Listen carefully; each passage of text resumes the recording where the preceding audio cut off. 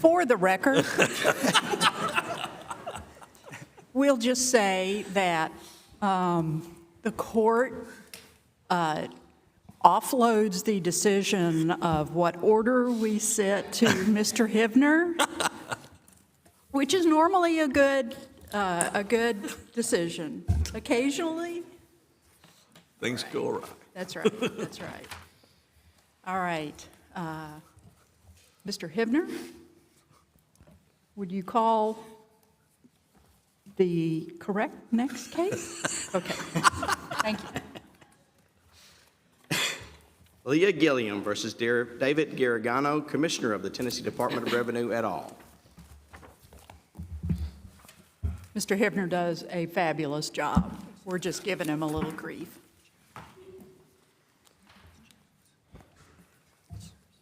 Thank you, Your Honor, and may it please the court, Matt Rice on behalf of the state, I'd like to reserve 5 minutes for rebuttal.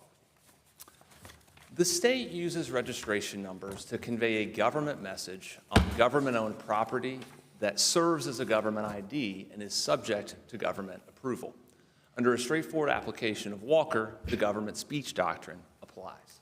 The fact that the state allows a driver to request a particular identifier that may convey some additional message changes nothing. Whatever the driver's intended message, the state continues to communicate identifying information to the public through the registration number. Gilliam responds by claiming that the conveyance of information is not speech at all.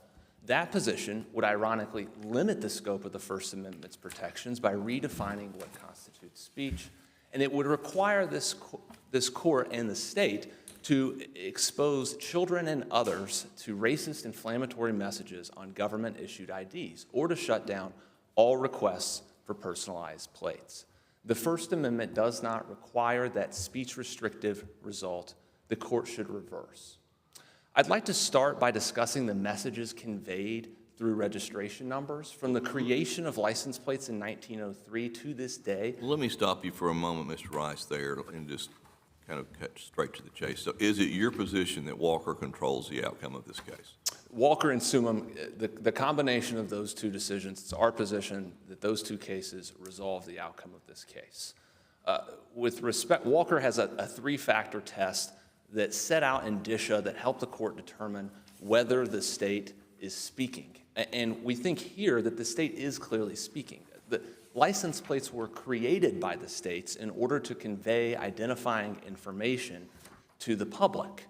And this is not merely an internal identifier. This is information that is communicated outwardly. That is why state law requires registration numbers to be clearly visible on license plates.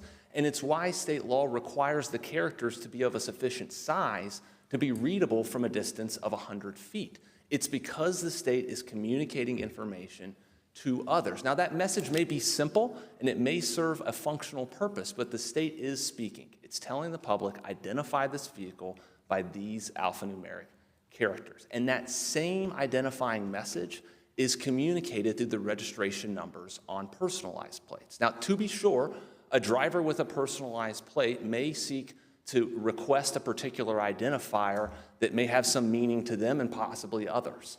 But that doesn't negate the fact that the state is speaking.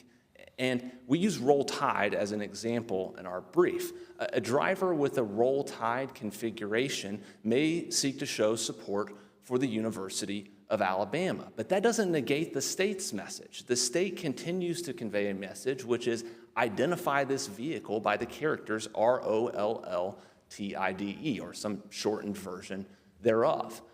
And speech often conveys more than one message. The Supreme Court in Summum specifically recognized that. And the court in Summum held that the government speech doctrine applies if there is a government message, even if a private party attempts to convey a message that is, quote, quite different from the message that is conveyed by the government.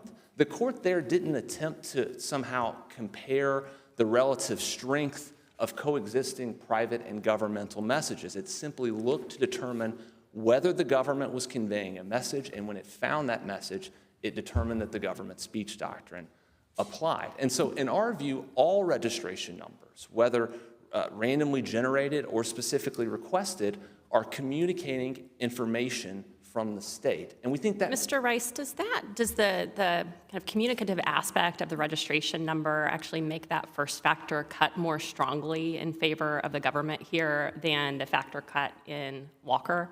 Absolutely, Your Honor. We think this is an even easier case than Walker. In Walker, there was some question as to what, if any, message the state of Texas was conveying when, for example, it approved specialty license plate designs supporting out-of-state universities or supporting RE/MAX, for example. It wasn't clear what the state was trying to convey in those circumstances, but here, the state is clearly conveying a message, an identifying message. And in fact, that's why the dissent in Walker, Justice Alito's dissent, and the dissent took a narrower approach to the government speech doctrine. And even it recognized that registration numbers constitute government speech. So on this first factor, we think the first factor is even easier in this case than it was in Walker, and we think it cuts strongly in our favor. I'd like to ask you about the second factor in Walker, General Rice, if I could. The government's association with the speech and the public's perception as to whether the government is speaking. So if one read 69 pwned you, is the public perception that the government is speaking? Your Honor, I think that is the exact argument that Justice Alito made in his dissent in Walker. Justice Alito forcefully argued that no one who saw these license plates with Notre Dame or Oklahoma would think that Texas was supporting Notre Dame or Oklahoma. But what the majority rejected that argument. And instead, the majority looked at three factors when analyzing the association between the speech at issue and the state, each of which applies with equal force in this case. So first, the court looked and it focused on the fact that license plates are governmental in nature. It said Texas's license plates are required by the government, they're issued by the government, they have the government's name on them, and they serve a governmental purpose. Well, Tennessee's license plates are just as governmental as Texas's are.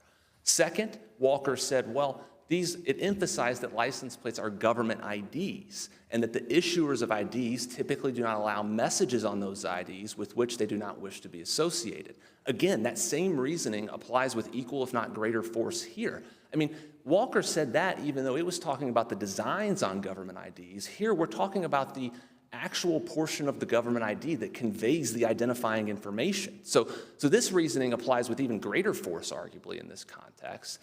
And third, the third point that Walker pointed to was Walker recognized that a person attempting to communicate a message through a license plate intends to convey that the government approved that message. So we don't think that the court has to find that the public would perceive us as attempting to say 69 pound you or pwned you. I don't know exactly how that's pronounced, but the state does... Pwned, I believe. Pwned, okay.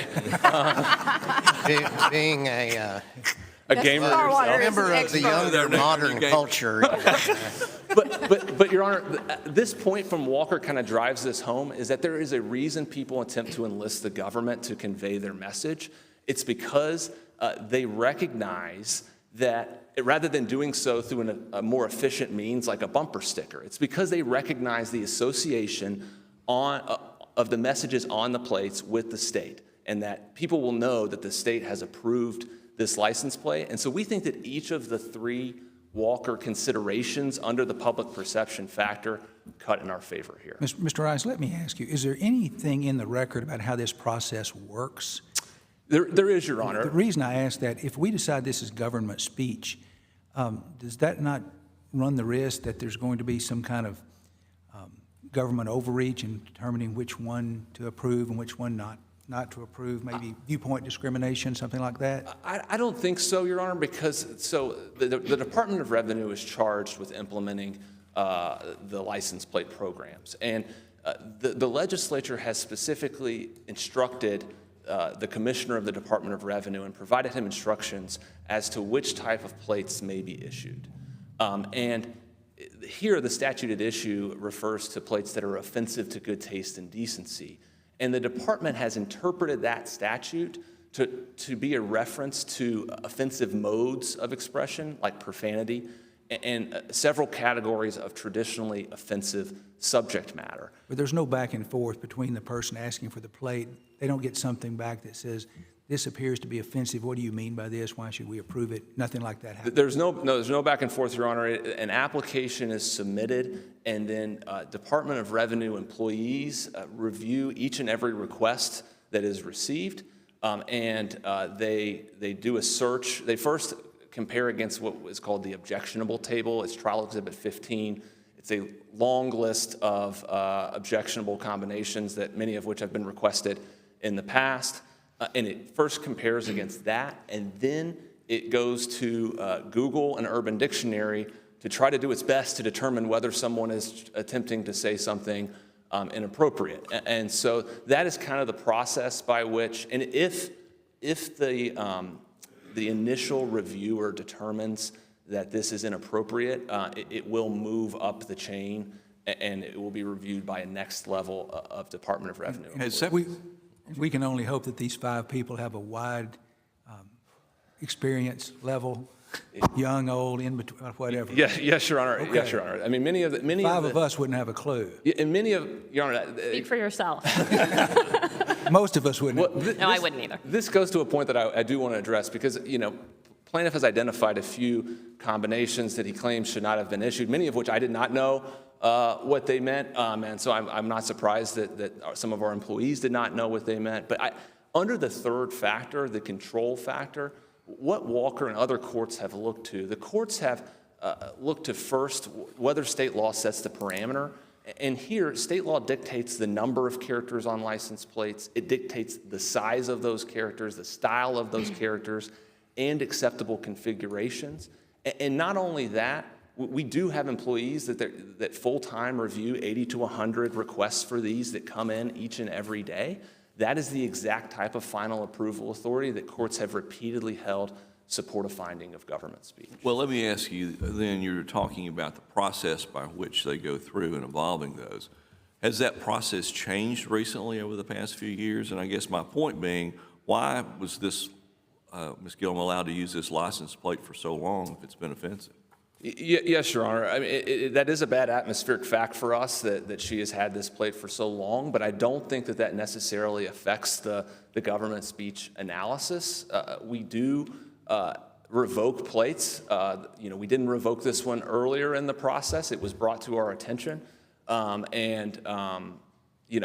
don't think there's any case law when analyzing the control factor that has suggested that the government must somehow perfectly apply a standard in order for there to be sufficient control. So it's not your position that somehow the review process changed and it was caught as a result of a change in the review process? So the review process has evolved over time. So for example, I believe now there was testimony at trial indicating that before everything was kind of more done on paper copies, but now there is an online application process, which I believe, and my friend on the other side can correct me if I'm wrong, but I believe will tell the applicant immediately if their request is on the objectionable list. So we are continually trying to evolve and improve our processes. I disagree with the characterization from my friend that our prior process was lax.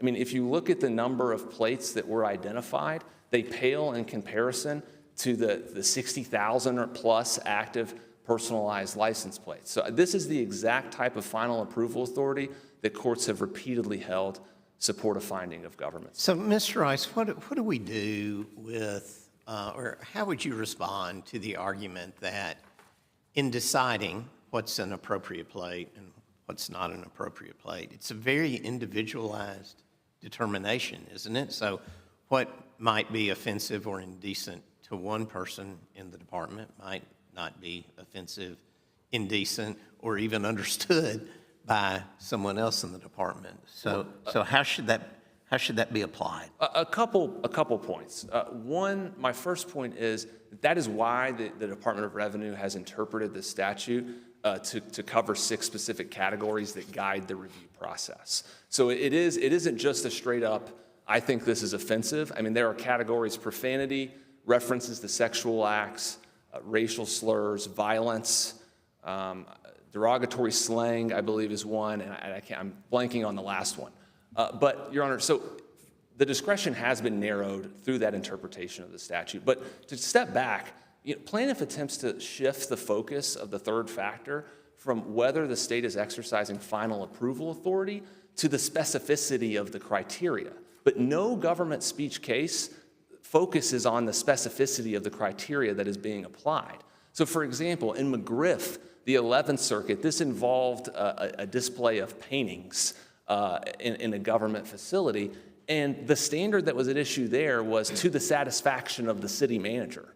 And the 11th Circuit didn't focus on, well, that's a very vague standard. The city manager could be not satisfied by anything. It focused on whether the city manager was exercising final approval authority, because that's what indicates that this is, in fact, government speech. So, Your Honor, we disagree with this kind of shift of the third factor from focusing on, is the state exercising final approval authority, which it clearly is, to focusing on a quasi-vagueness specificity of the criteria, which is simply not part of the government speech doctrine. Mr. Rice, you mentioned a moment ago that this case perhaps is a stronger case for the government than Walker because the government had kind of its own communicative purpose for these registration numbers. And you rely pretty heavily, I think, on that in your briefing. But as we're thinking about the government speech doctrine more broadly, I'm hoping you can help me determine where the line is here. Because, Walker seemed to rely a little bit more on the fact that these specialty license plates had kind of the government's imprimatur, right? That the government was kind of endorsing these plates in some respect. You're not relying on that as much here, but rather the government's kind of communicative purpose for the registration numbers. You can imagine a situation, there are lots of cases that maybe fall in the middle somewhere. Sure. So, for example, suppose that instead of registration numbers on the license plate, the state said, we need to make a little bit more money. We're gonna open this up and allow individuals to just put a little message below the registration number, or whatever, we'll kind of subject it to the same criteria. We'll have some space constraints and, some kinds of messages that aren't allowed, but, we're just gonna allow them to put what they want underneath the registration number. What do we do with that case? Because it might have the government imprimatur, but not necessarily its own communicative purpose. Yeah, right? I think this draws on the distinction between the first and the second factors. I think we are relying on the government imprimatur here. This is a license plate case. We're asking this court to hew very closely to Walker. I do think the hypothetical you just posited would be much more difficult for us. Perhaps we still have the second factor. Perhaps we still have the third factor. I don't know how much review process would go for this, hypothetical message. But it's hard to see what exactly the state is conveying, what the government message is under the first factor, or it'd be hard to find a history of the government using this new process for allowing speech. Well, but if the history is construed very, generically, like we're not talking about allowing these messages specifically, but just kind of how license plates are used more generally, wouldn't that factor cut in the same direction? Yeah, so I think that Walker does a little bit of both. Walker does focus on the history of license plates generally, and that is certainly a good atmospheric fact for us, but it also focuses on the history of license plate designs, tracing them back all the way to 1919. All of this is a holistic inquiry. The factors are indicia that help this court decide whether the government is speaking. I don't think that would necessarily, the court would be like, have to rigidly adhere somehow to these factors if there was some other consideration that made it clear that this was not, in fact, government speech. But I do think, to kind of, in terms of the line drawing, we think that we've offered the court an extremely narrow position. Under our theory, the government speech doctrine would continue to apply when there is a government message on a government ID that is owned by the government and that is approved by the government. This is not the case where the government speech doctrine is seeking to be expansively applied. We're simply asking this court to hew closely to Walker's analysis and to recognize that Summum held that that just because there could be some incidental private message being conveyed, that does not mean that the government speech doctrine doesn't apply. Mr. Rice, you argue that this is very much a straightforward application of Walker, yet most of the cases that have considered, the courts that have considered this issue post-Walker, we can set aside, I think, the pre-Walker cases, but even looking just at the courts that have considered this vanity license plate issue, after Walker, the majority of those cases have held that this is not government speech. So if this is such a straightforward application of Walker, how do you explain those cases? Yeah, sure. I don't know that the divide is quite as lopsided as plaintiff makes it seem. Many of the cases that plaintiff cites, I think he cites roughly 10, I think at least 4 of those came before Walker. Of the remaining cases, plaintiff has a case from the Maryland's highest court as well as a few federal district court cases. We have a case from the Indiana Supreme Court and the District of Hawaii. So I don't know that it's a lopsided split, and I do think that the thread running through all of the cases that declined to follow Walker is that they did not recognize that the communication of information was speech. That is simply absent from all of those cases, and it's present in the Indiana Supreme Court's decision, and it's present in Okenya in the District of Hawaii's thoughtful decision. And a unanimous panel with jurists who have different approaches to the law below likewise recognize this identifying message that is conveyed. I'm glad to walk through some of the individual errors that were made in some of those cases. I mean, some of those cases, for example, held that Kotler, I believe what it was, held that there was no government speech because the state had not curated the message, but the state didn't curate the monuments in Sumum, and it didn't curate the license plates in Walker. Well, I mean, in Sumum, there was at least, the court did emphasize the fact that, you have sort of limited space, right, on public property to display the monuments. And so there was some degree of curating there that doesn't exist here. I mean, this to me, I understand your argument about that the government has kind of a distinct purpose for these messages, but I mean, Justice Alito's remark in Mattel that the government is babbling prodigiously and incoherently seems to apply with equal force if you look at all of the different registration numbers that have been issued under this program. I'm actually glad that you brought that up because we actually think that point, Justice Alito also said in Sumum, he drafted the majority, he said that the government need not, quote, formally embrace the message that was intended by its creator in order to be speaking. The reason he said that in Mattel was because there in Mattel, the only message was the private message. There was no governmental message in Mattel. The court held that the trademark conveys no governmental message. So unlike in Mattel, here we're starting with a baseline of government speech. There's always a governmental message being communicated through the license plate. And we allow some incidental private message perhaps, but this is not a case like Mattel where you have purely private speech that exists in public discourse and you're just stamping a seal of approval to that private speech, or I guess to Justice Alito's point, the babbling incoherently. That's just not the theory. Even the government admitted in Mattel that when a trademark, in its reply brief, it admitted that when a trademark is put on goods in the marketplace, that is private speech and there is no governmental message there. So I just think the difference from Mattel, I don't think Justice Alito was backing away from his statement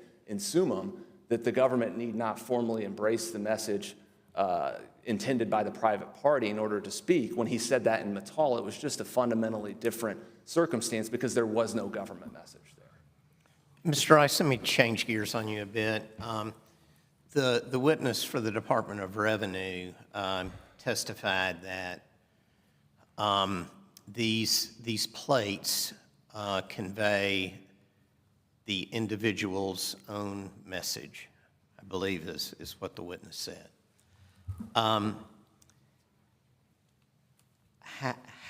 What's the state's position on that? And when we review this case, are we reviewing this as a question of law or as a question of fact or both? A few responses to unpack there, Your Honor. Our position with respect to whether a person is allowed to convey their own message, we have recognized throughout this case that there may be some private message conveyed by a person requesting a particular identifier. Our position is that summum says that that's okay if the government's speaking, the government speech doctrine applies. With respect to the witness, a couple points with respect to that. One, the witness was asked legal questions about the application of the government speech doctrine, and she was a lay witness. So that's the first first line response to that. The second response is, Well, she was the corporate representative, right? Under Rule 30, she was speaking for the department. I don't know that the fact that she was a 30.026 witness necessarily changes the fact that you can't have lay witnesses badgered to provide answers on legal questions and then later turn around and use that against them. So the answer to Justice Tarwater's first question, is this a question of fact or law? You're saying it's a legal question. It is a legal question. And before I move on from our witness to discuss the legal question, the trial court panel here, we had 3 judges and chancellors, and they reviewed the witness's credibility and declined to credit that testimony. And so the actual fact finder has declined to credit the testimony that they're citing, setting aside the fact that it was testimony about a legal question. I see that I'm running low on time. If I could briefly You can address. briefly. Your Honor, we do think that this is a legal question, not a factual question. The Supreme Court in Summum, in Shurtleff, in Walker, it has always treated this as a legal question. But to the extent the court does think that some of this is fact-driven, the fact finder is found in our favor. And there's nothing to overcome the presumption of correctness to that finding. Thank you. Thank you, Jim.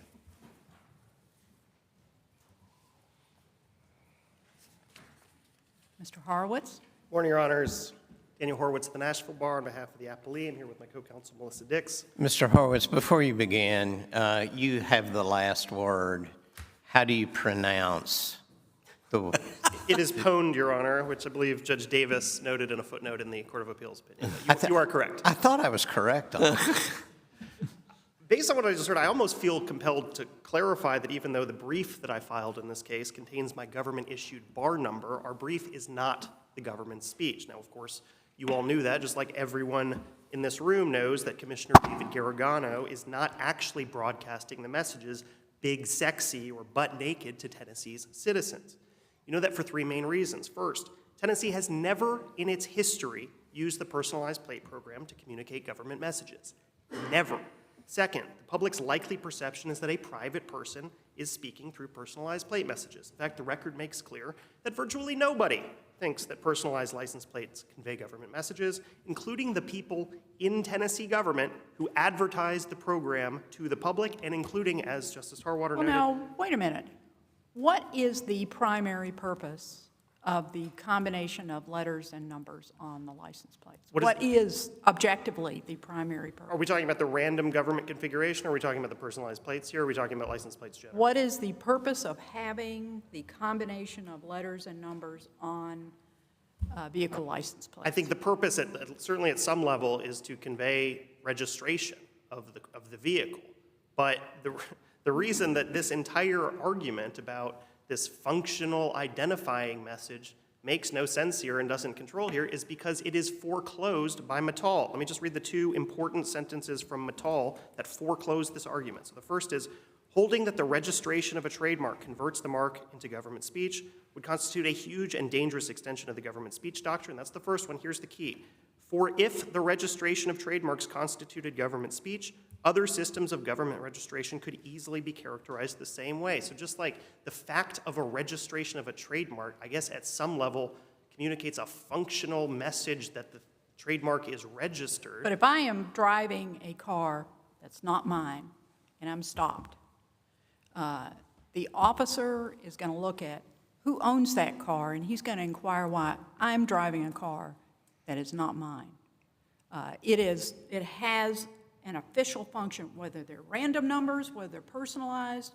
It has an important official function, and isn't that the primary function? It may have a function. It's not expression. It's not a message. It's not government officials But communicating. the message is, this combination of numbers and letters represents the person who owns and registered this vehicle. Isn't that the primary purpose of it? I think there is a function to it. I just don't think it's expression, and I don't think it's a message.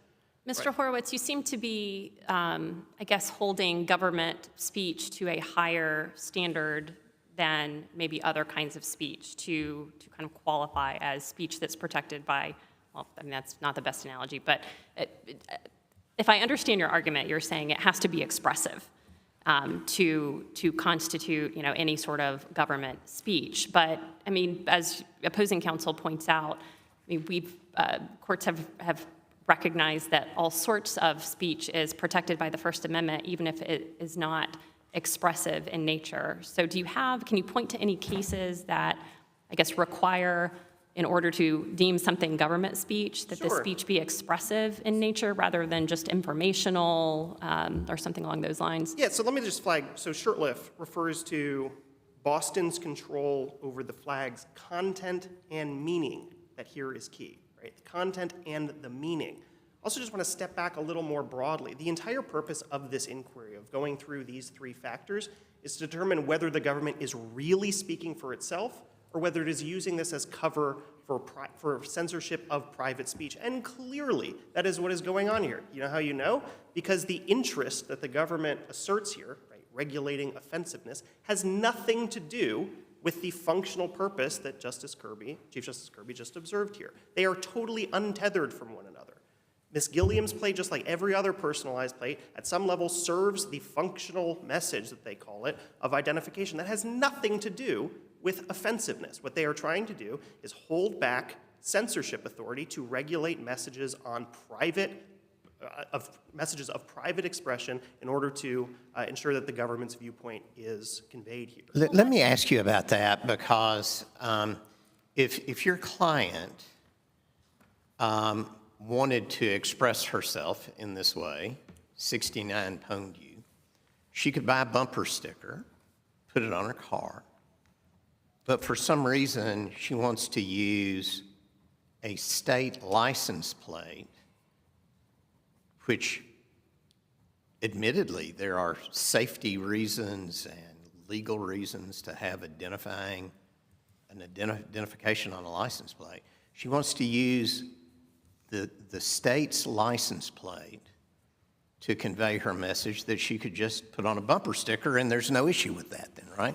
Let me answer that in two ways. So first of all, the state has opened a forum here. She has taken advantage of that forum to express herself just like any other citizen is entitled to do. And you could say the same thing about, well, instead of coming to the government commission meeting to speak to the commissioners, you could have just published an op-ed. Why does this matter here? And the answer is because the government doesn't get to choose for people how they express themselves. That's number one. Number two, the record here shows that Ms. Gilliam did also use private, other alternative means of expression here. Her phone number communicates the same message here. She changed her phone number to have essentially the same message as her license plate. So she's done both, and she's entitled to do both. But certainly, when the government opens up a forum like this for private expression, you can't say, well, that's not for you. Okay, well then let me follow up then. What limits are there to what the government can and can't do to regulate what appears on their license plates? When you're asking about limits, you're talking about regulating the content of the messages? Yes, the vanity plates. Yes, a great question, and one that has not generated any difficulty in the case law. So let me quote from Mitchell versus Maryland Motor Vehicle Administration. This was their holding. The characters or message on a vanity license plate represent the private speech of an individual in a non-public forum, which requires government speech restrictions thereof to be reasonable and viewpoint neutral. Maryland's regulation prohibiting profanities, epithets, or obscenities satisfies the standard. The answer to your question is you can regulate for reasonableness as long as it is viewpoint neutral. That is not what we have here. This statute is facially viewpoint-based. Viewpoint discrimination is baked into the statute. It is necessarily regulating on the basis of viewpoint, and the outcomes are viewpoint-based. The easiest example I can give you is that under the government standards here, which are not in any regulation, which 5 bureaucrats have just invented out of whole cloth. But doesn't that beg the question? If it's government speech, it can be viewpoint-based, right? So the fundamental question is just whether it's government speech or private speech. You are correct, and that is the danger, Your Honor, because if the government can regulate for viewpoint here, right, the outcome, for example, if you accept their view here, right, there would be no First Amendment problem with this legislature saying you can have private plate messages about Donald Trump. They all have to be laudatory. And you can also have private plate messages about Joe Biden. They all have to be negative. There would be no First Amendment problem associated with this if you assume the truth of the government's view that this is, at some fundamental level, government speech. Now, that would be disturbing. I think it is the sort of law that this legislature might actually pass, but this is fundamentally private expression here, and allowing the government to regulate on the basis of viewpoint is dangerous for a whole host of reasons. Mr. Horowitz, Walker obviously features prominently in the briefing in this case. You have argued that to hold that this is government speech would extend the bounds of the government speech doctrine, yes, contrary to Walker, or I guess Mittal's statement that Walker represents kind of the outer boundaries of the government speech doctrine. Can you be precise about exactly what about this makes it materially different from Absolutely. Walker? And there are several differences. Let me start with factor number one, all right? So in Walker, we're talking about the history of the expression at issue, right? So in Walker, this is the quote from the court's opinion. The legislature has enacted statutes authorizing, for example, plates that say keep Texas beautiful and Mothers Against Drunk Driving, plates that honor the Texas citrus industry, and plates that feature an image of the World Trade Center towers and the words fight terrorism. That means Texas actually used its specialty plate program to communicate messages on behalf of the state of Texas. It had a history of using specialty plate designs to communicate Texas messages. The opposite is true here. The record makes clear, and the Court of Appeals correctly found, and I think it's largely not disputed, Tennessee has no history of ever using the personalization program to communicate government messages. None. There is no evidence of that here. There is evidence of that. This is by its nature, just a different program. I mean, it's hard to imagine that happening, right, in this context where every registration number that appears on a plate has to be unique. So how is that actually a material difference? And Texas also allowed a lot of approved plates that others submitted, right, that were not kind of statutorily kind of initiated by Texas itself. Well, I mean, I think it is a meaningful difference that one has a history of governmental use and the other one doesn't. That may be a function of the difference in the program, but it's still a meaningful difference. But let me give you another one. Here's what the evidence in this case showed, and I noticed we did not talk about the state of Tennessee's own website, which is the government speech in this case. The government advertises the personalization program, and it tells the public at large, choose your own message, choose your message. In Tennessee, license plates can be personalized with your own unique message. That is what Tennessee communicates to the public, that this is the driver's message. It's not. How does that tell us whether that's the primary message, function or message, or an incidental one? Well, what I can tell you is that it says your message, not our mixed message, not like my identifying message plus your private message. It says choose your message. And I don't think you need this website to get there because, as other courts have recognized, it is common sense that the personalization component of a personalized plate is the driver's own message. They've even conceded that personalized plates, as a matter of fact, do communicate personal speech. And it's called the personalization program, not the mixed governmental message. But isn't it significant whether that's an incidental purpose or not? I don't think it matters to the inquiry here. There is only one message. There is only one communicated expression. Doesn't matter to the determination of whether it's government speech? I don't think the mere fact of registration, right, or the fact that personalization or the personalized plates have a registration component has any bearing on this inquiry because Mittal says it doesn't. Well, is the question whether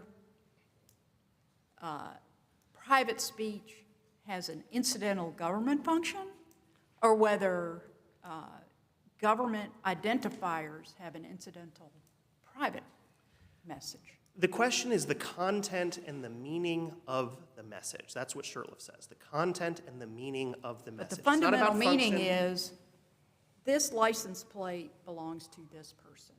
That is the fundamental meaning under the state's licensure system. this license plate is associated with this person. Well, the same is true of the slants with an R and a circle around it. The slants registered trademark belongs to Simon Tam, right? That is, at some level, a functional government message of ownership.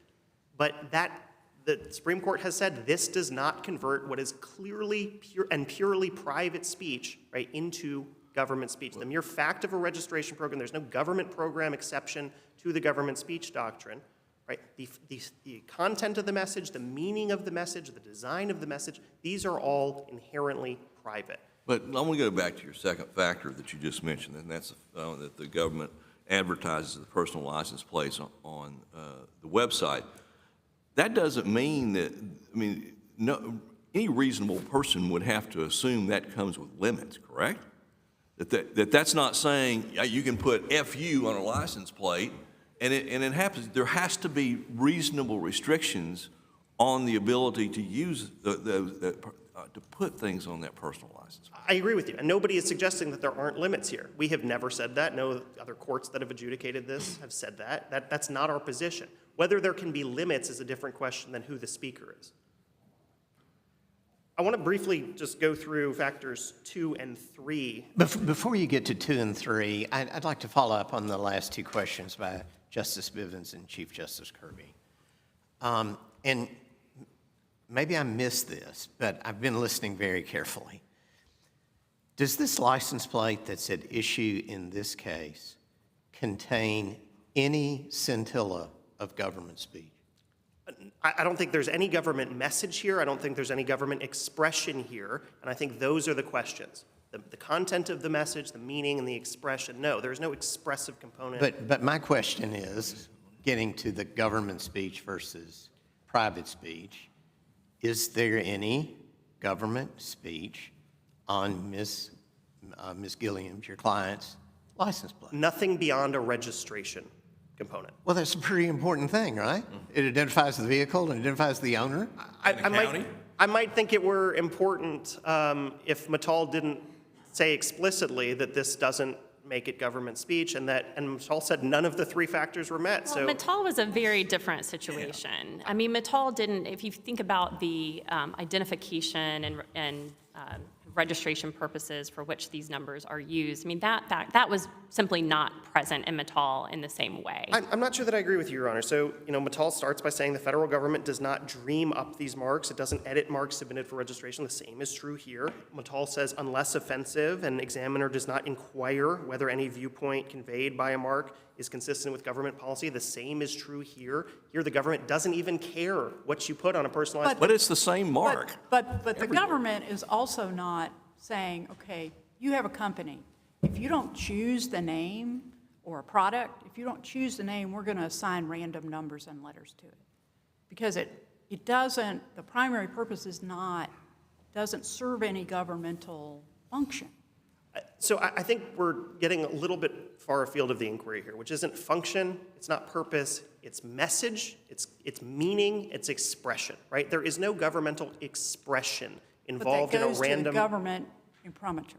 There is a government use to a registration program, but that's true of any registration program. It's also true of any identifying program. I'd like to give you 2 examples. Mr. Rice did not like the examples I used in my brief, so I tried to think of 2 that would be a little bit more accessible to the court and to the legal profession generally.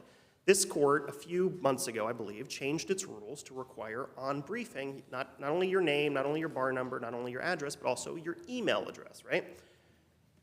Email addresses have a great deal of protected expression in them. So, Morgan & Morgan has attorney@forthepeople.com.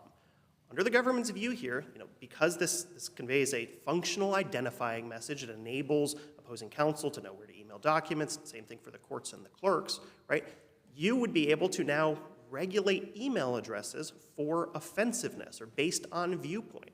As I was driving down here, I also saw a shockingly large number of billboards related to personal injury lawyers who advertise their phone numbers. Now, at some level, a phone number communicates an identifying message from the government. This is registered with some, highly regulated telecommunications company. You can reach this person through this phone number, right? But, 1-800-ACCIDENT or 1-800-INJURED or whatever, that's a personalized component here, and the government has no basis putting its thumb on the scale and saying viewpoint restrictions, right, can come into play here. We can regulate clearly personalized speech for viewpoint. And they have said that if there's some functional component, they call it a functional message, it's not a message, that they automatically win, that all private speech, becomes irrelevant here. First Amendment constraints no longer apply if there's any governmental component or function in this message. And there is no case that says that.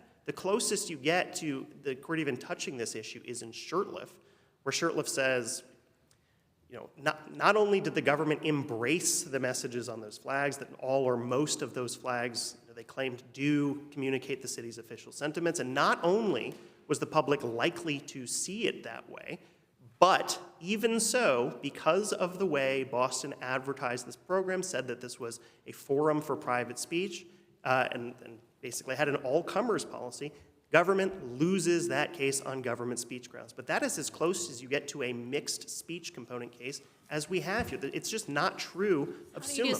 How do you distinguish? I was about to ask you about Summum. How do you distinguish Summum? Yeah, so Summum had one speaker, and they were very clear about that. They talk about maybe a donor's intended message, but Summum, I think there were 15 monuments in the park, 11 of them might have been donated. The decision emphasizes just the fact that there is not very much room in that park. You could not practically have this be a forum for private expression. The park would be overrun with monuments. So you have to curate them, and the government has to choose what it is communicating there. And also monuments, have this historical understanding that that's the government speaking here. It's how they have done it for millennia.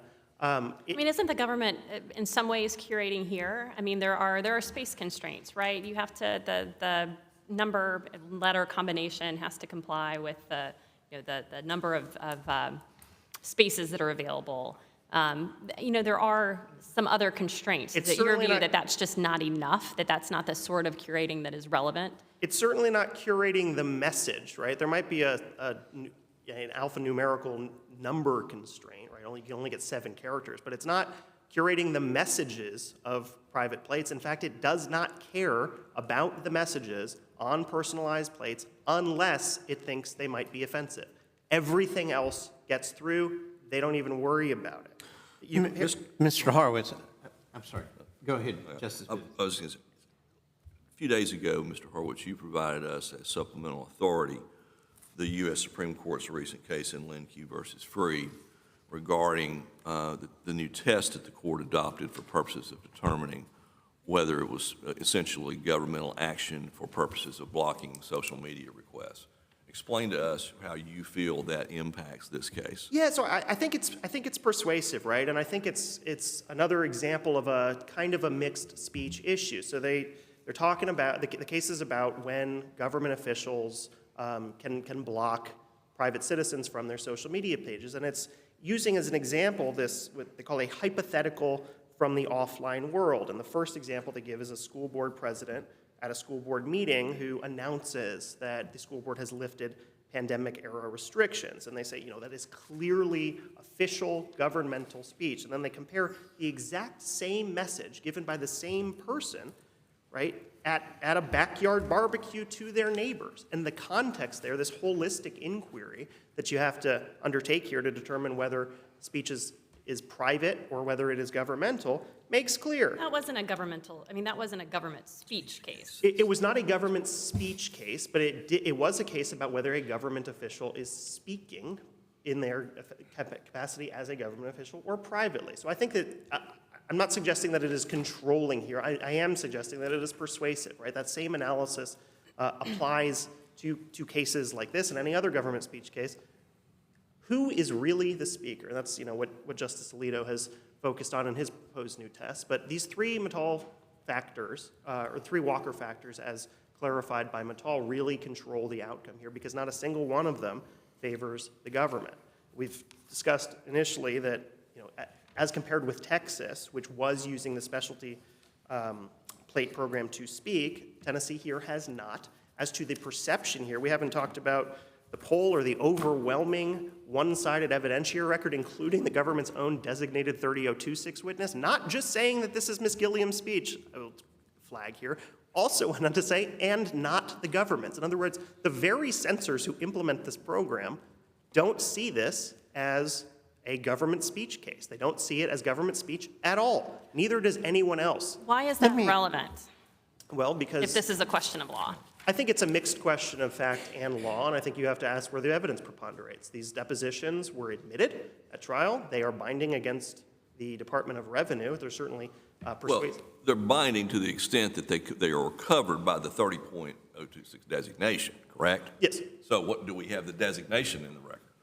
I think the designation is in the record, but it certainly hasn't been challenged.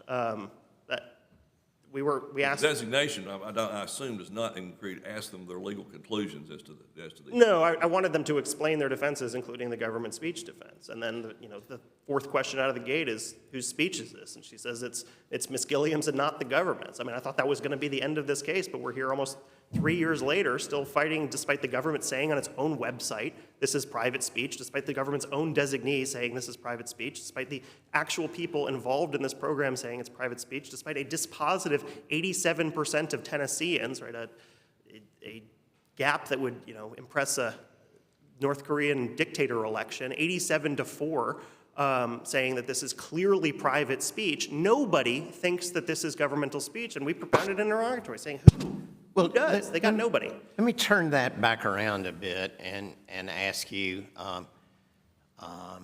this. Let's say it was not a vanity plate, that it was just regular old license plate. ABC 1234. Yeah. Who is speaking? I wouldn't say anyone is speaking there. I wouldn't characterize that as speech. I would simply say it's a registration. I mean, that's it. It's just a registration.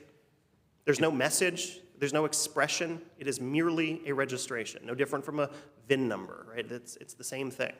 Well, the VIN number identifies the vehicle. The license plate identifies the owner of the vehicle, the county where it's registered, the fact that taxes have been paid on the vehicle. Correct? I think that's right, yes. Does the fact that this license plate was originally approved and then wasn't revoked for several years make any difference in this case? It will eventually, not on the issue that's before your honors, but yes, it will matter down the road. And it implicates vagueness issues, right? These people can't apply first of all, they've made up their own standards. There are exactly 6 things in this world, I learned from this case, that are offensive. And the government, or the 5 bureaucrats who are involved in censoring private license plates have decided that those 6 are what's going to guide their inquiry here. Not 5, not 7, just 6.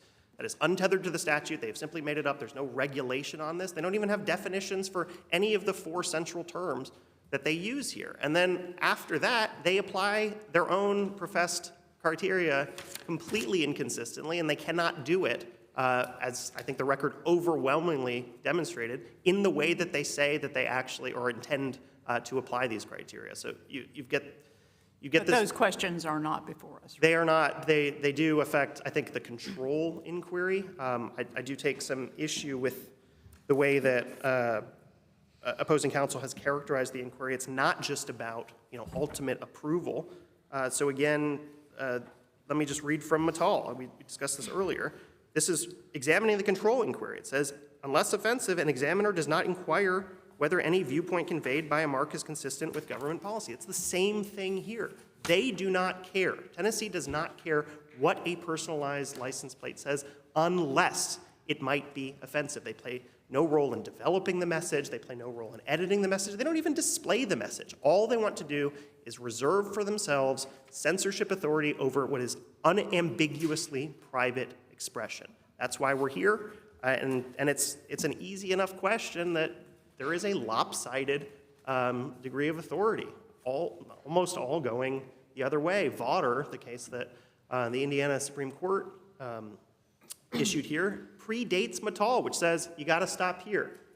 Walker likely marks the outermost bounds of the government speech doctrine. They want you to go further. They want you to say that even though Tennessee has never used the personalization program to speak, ever, you should still treat this as government speech. They want you to say that even though there is no record evidence that basically any human being on earth sees personalized plates as communicating a government message, you should still treat this as the government speech. And they want you to say that even though hundreds, But they do see that, they do believe that it has government approval. Isn't that part of the glee of submitting a spicy combination of letters and numbers to the state and getting approval. Tee-hee, government, we slipped it by.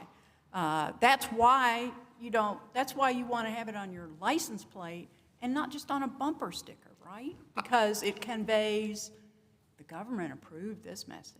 I think the existence of a government approval process factors in somewhere with a mixture of other considerations into the control inquiry. It certainly is not dispositive, and that's what Mattal says. Simply withholding, right, the right to disapprove a mark because it is offensive does not get the government to the control factor of Walker. So Mattal says none of the three factors apply there, and the same is true here. None of the three factors apply.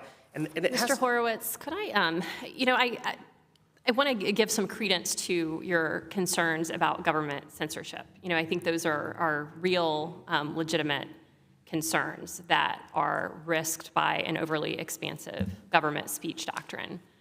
Those concerns, of course, were raised in the Walker case. The dissent raised many of those concerns, and we still have the majority opinion in Walker. So I'm wondering, if we are to hold that Walker really controls here, and I understand that that's not your view, and you've given us arguments as to why that's not the case. But if we were to hold that Walker does control here, are there any meaningful limits that we can impose in an opinion that would address some of your concerns about the risk of government censorship? I don't think so, Your Honor, because if this is government speech, then they're allowed to engage in unfettered viewpoint discrimination. That's the fear.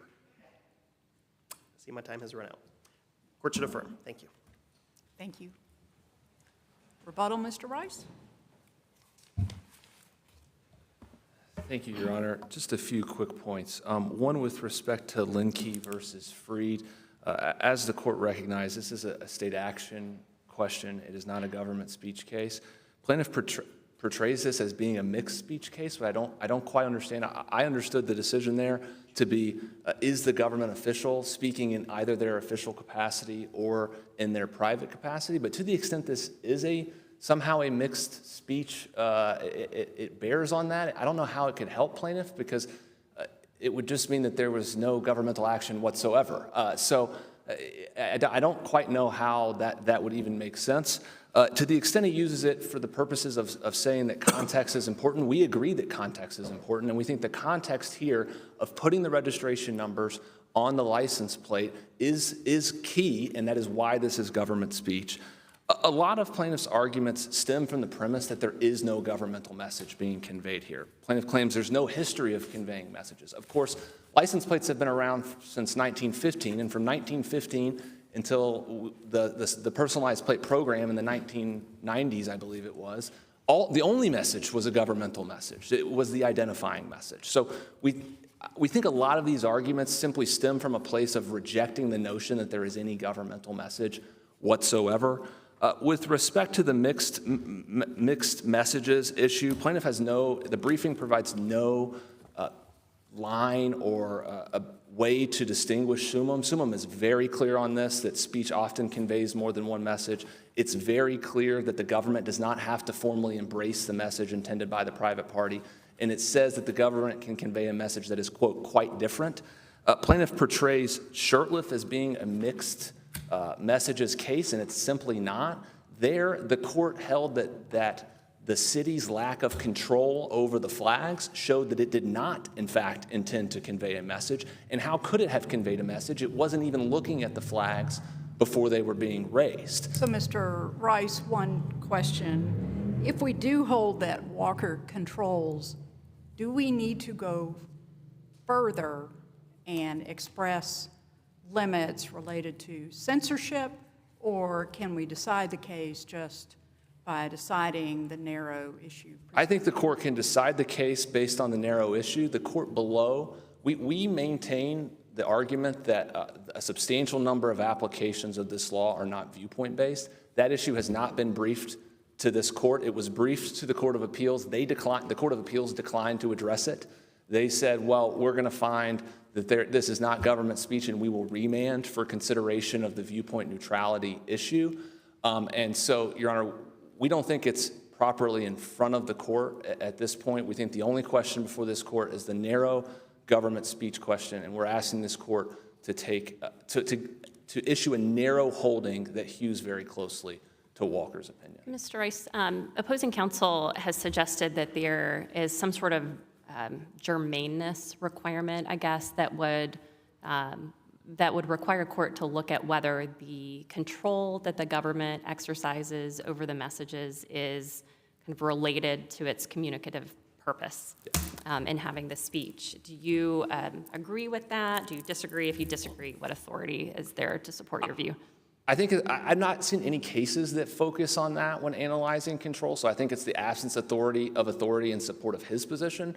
But I kind of contest the notion that this is not germane to the purpose. I mean, the purpose here is to provide this identifying information in a way that does not have negative collateral effects. So the actual, what we are exercising control of is quite germane to the entire purpose of why we have license plates, which is communicating this information in a safe manner that does not cause harm on the roadways.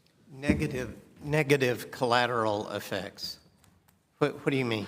I was referring to what we've put in our briefs about how the children could be exposed to racist inflammatory messages, as well as other courts have recognized that when offensive content is included on buses, that this led to a very real reality and threat of violence. I think if there is a racial slur on the roadways, I think there is a very real threat of violence. And so we do think that our control is connected to the fundamental purpose of what the government is doing here, which is providing this information. But certainly somebody could put on a bumper sticker that says proud pedophile or hate speech of some kind. That's true, Your Honor, but it at least would not have the effect of the government issuing a license plate on government-owned property that is endorsing that type of comment. And so the negative collateral effects from this license plate would be what, sir? Well, Your Honor, this is not an as-applied challenge. It's a facial challenge, and the government speech question is resolved on a class-wide basis. The court doesn't go plate by plate and decide whether each individual plate is government speech. The Supreme Court in Walker said that license plate designs are government speech. So I don't know that I can point to any harm from the 69, from the license plate that is at issue here, but we don't think that's relevant to the broader question of whether this constitutes government speech. I see that I'm out of time. Questions from the court? If there are no further questions, we would ask the court reverse. Thank you, Your Honor. Thank you, counsel. Excellent arguments. Interesting case. We're so pleased to have it. The case will be submitted. All rise.